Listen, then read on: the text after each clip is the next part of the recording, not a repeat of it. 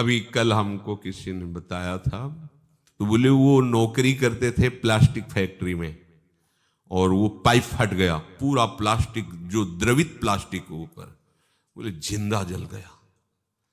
वो चिंतन तो हुआ ना।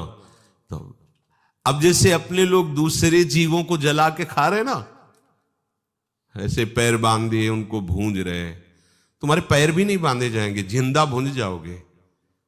कर्म तुम्हें बख्शेगा नहीं, ध्यान रखना।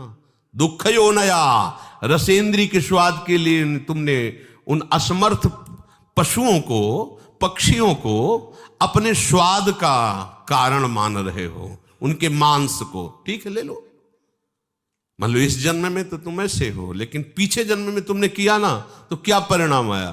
प्लास्टिक, और वो भी द्रवित, मतलब गर्म पिघली हुई, सीधे पूरी है। वो कितना कष्ट हो, थोड़ी देर तदात्म होके देखो कितना एक दिन वो फूल लगा रहे थे ना, तो ब्लूगन जिसे आप चिपकाते हो, जरा छू गई तो एकदम ऐसे कह रही ये क्या है, तो बोले तो गरम प्लास्टिक ही तो है, उसमें हल्की सी गरम एकदम, जिसमें आप फूल चिपकाते हैं। वो जरा पूरी द्रवित प्लास्टिक ऐसे गिर गई। अब बोलो क्या हुआ? मर तो गए हो, लेकिन कितना कष्ट उनको हुआ होगा।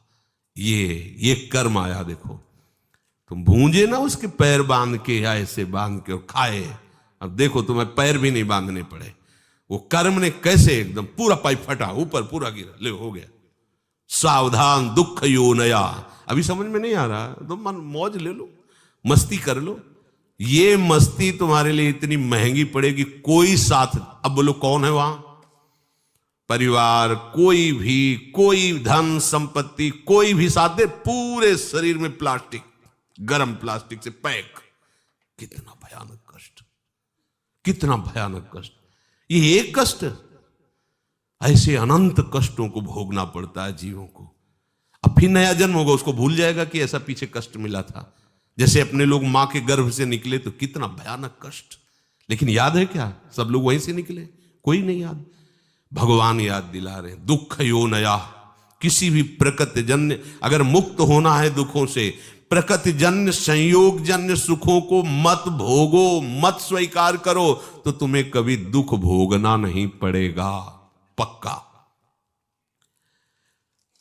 जब आप किसी वस्तु के भोगने की भावना करते हैं तो उसका अभाव प्रतीत होता है। अगर ये भोग मिल जाए तो मुझे, उसकी शुरुआत ही दुख से हो रही है, जलन से हो रही है, और उसके संयोग प्राप्ति में तुम्हारी जलन होने के कारण सुखानुभूति हो रही है, उसमें सुख नहीं है। तुमने कामना किया है, तुम उसके लिए व्याकुल हुए हो, संकल्प बनाया, इसलिए तुम्हें सुखानुभूति हो रही है, नहीं उसमें सुख। ध्यान रखना, वो भास ऐसा ही रहा है जैसे स्वप्न में।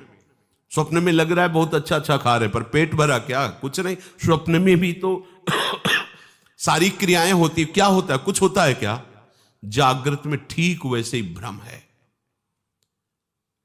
अगर तुम्हें उस सुखद वस्तु का भाव ना बने कि सुखद है, तो आपको कभी भी दुख नहीं मिल सकता।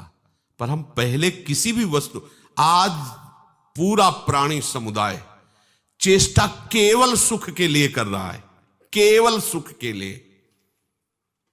परिणाम सबको दुख मिल रहा है।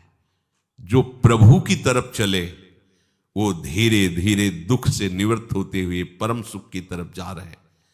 भले आज शरीर दंड भोग रहा है पीछे के कर्म का, लेकिन आगे प्रकाश है, क्योंकि भगवत मार्ग में चल रहा है।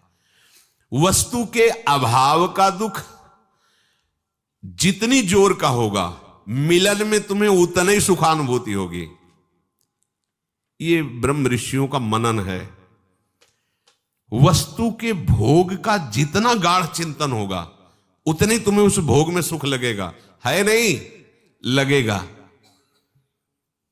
और जितना तुम उसमें सुख अनुभव करोगे, उससे अनंत गुना बढ़ के तुम्हें दुख मिलेगा।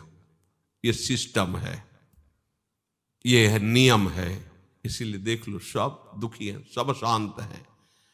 भोगी व्यक्ति कभी सुखी नहीं हो सकता, दुखों से बच नहीं सकता, क्योंकि जितने भी भोग है सब दुख योनया। भगवान कह रहे हैं, भगवान के दुखालयम यहां दुखालयम में तुम सुख भोगना चाहते हो, भगवान कह रहे दुख योनया हट जाओ, शरीर राग से हट जाओ, केवल जीवन निर्वाह मात्र, धर्म रक्षा के लिए, कर्तव्य पालन के लिए उचित शास्त्रीय विधान के अनुसार भोगों को स्वीकार करो, इसी जन्म में आनंदित हो जाओगे।